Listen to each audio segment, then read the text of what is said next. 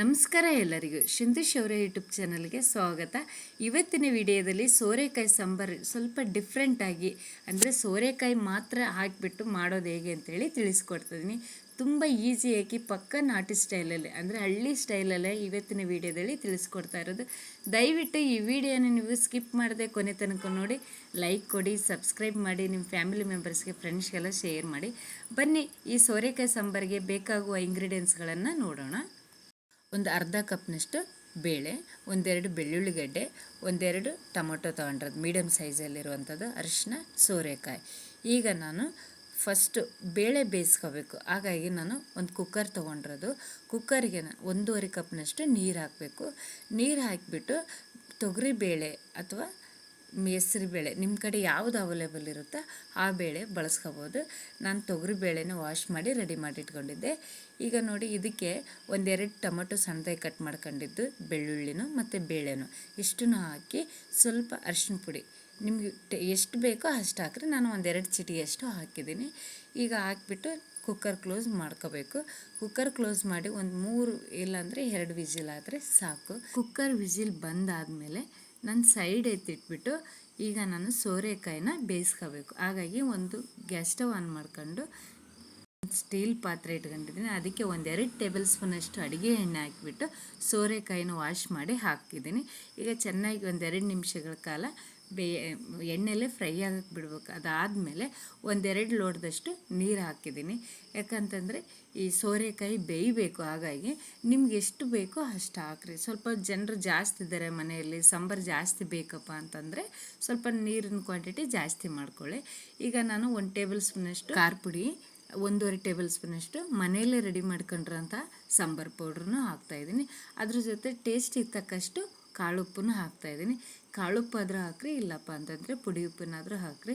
ಕಾಳುಪ್ಪು ಪುಡಿ ಉಪ್ಪು ಎರಡೂ ಇತ್ತಂತಂದರೆ ಆದಷ್ಟು ಕಾಳುಪ್ಪನ್ನು ಬಳಸ್ರಿ, ಒಳ್ಳೆ ಟೇಸ್ಟ್ ಬರುತ್ತೆ ಸಾಂಬಾರು. ಈಗ ಅದನ್ನು ನಾವು ಕುದಿಯೋಕ್ಕೆ ಬಿಡೋಣ, ಸೈಡ್ ಇಟ್ಟು ಬಿಡೋಣ. ಈಗ ನಾವು ಫಸ್ಟ್ ಕುಕ್ಕರಲ್ಲಿ ಬೇಯಿಸೋಕೆ ಇಟ್ಟಿದ್ವಲ್ಲ ಬೇಳೆನ, ಅದನ್ನು ರೆಡಿ ಮಾಡ್ಕೋಬೇಕು ಮಸ್ತ್ ತಗೊಂಡು. ಈಗ ನಾವು ಕುಕ್ಕರ್ ಓಪನ್ ಮಾಡಿಬಿಟ್ಟು ನೀರೇನೂ ಇರಲಿಲ್ಲ, ಸ್ವಲ್ಪನೇ ಹಾಕಿದ್ವಿ. ನಿಮಗೆ ನೀರೇನೋ ಜಾಸ್ತಿ ಹಾಕಿದ್ರೆ ಅಂದರೆ ಬಸ್ಬಿಟ್ಟು ನೀವು ಸ್ಮ್ಯಾಶ್ ಮಾಡ್ಕೊಳ್ರಿ, ಅಂದರೆ ಮಸಿಬೇಕು ಚೆನ್ನಾಗಿ. ನಿಮ್ಮ ಕಡೆ ಯಾವುದು ಅವೈಲೇಬಲ್ ಇದೆಯೋ ಅದನ್ನೇ ತೊಗೊಳ್ಳಿ. ಇಲ್ಲಪ್ಪ ಬ್ಯಾಚುಲರ್ಸ್ ಆದರೆ ಮನೆಯಲ್ಲೇ, ಅಂದರೆ ರೂಮ್ಗಳು ಆ ಥರ ಎಲ್ಲ ಮಾಡ್ಕೊಂಡಿರೋರಿಗೆ ಯೂಸ್ ಆಗಲಿ ಅಂತೇಳಿ ಮಾಮೂಲಿಯಾಗಿ ಚೆಂಬು ಬರುತ್ತಲ್ಲ, ನೀರು ಕುಡಿಯೋ ಚೆಂಬು, ಅದರಿಂದಾದ್ರೂ ಮಸಿಬೋದು, ಚೆನ್ನಾಗಿರುತ್ತೆ. ನಿಮ್ಗೆ ಯೂಸ್ ಆಗಲಿ ಅಂತ ಹೇಳ್ತಾ ಇದ್ದೀನಿ, ನಗಕ್ಕೆ ಹೋಗ್ಬೇಡಿ ಆಯಿತಾ. ಈಗ ನೋಡಿ ಮಸ್ತಾಗಿದೆ. ಇದನ್ನು ನಾವು ಸೈಡ್ ಇಟ್ಟಿಟ್ಬಿಟ್ಟು ಈಗ ಸಾಂಬಾರು ಕುದೀತಾ ಇದೆ ನೋಡಿ, ಅಂದರೆ ಸೋರೆಕಾಯಿನ ಬೇಯಿಸೋಕೆ ಹಾಕಿದ್ವಲ್ಲ ಅದು ಕುದೀತಾ ಇದೆ. ಈಗ ಬೆಂದಿದೆ ಇಲ್ಲ ಅಂತೇಳಿ ಒಂದು ಸರಿ ನೋಡೋಣ. ಈಗ ಬೇಯ್ತಾ ಇದೆ, ಬೆಂದಾಯಿತು.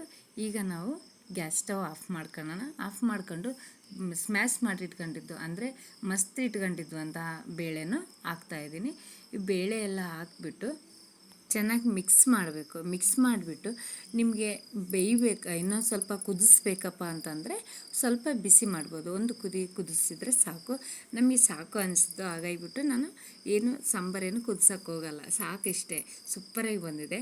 ಹಾಗಾಗಿ ನಾನು ಏನು ಕುದಿಸೋಕೆ ಹೋಗಿಲ್ಲ. ಸ್ಮೆಲ್ಲಿಗಿಲ್ಲ, ಏನು ಖಾರ ಸ್ಮೆಲ್ ಏನೂ ಇಲ್ಲ, ಕರೆಕ್ಟಾಗಿದೆ.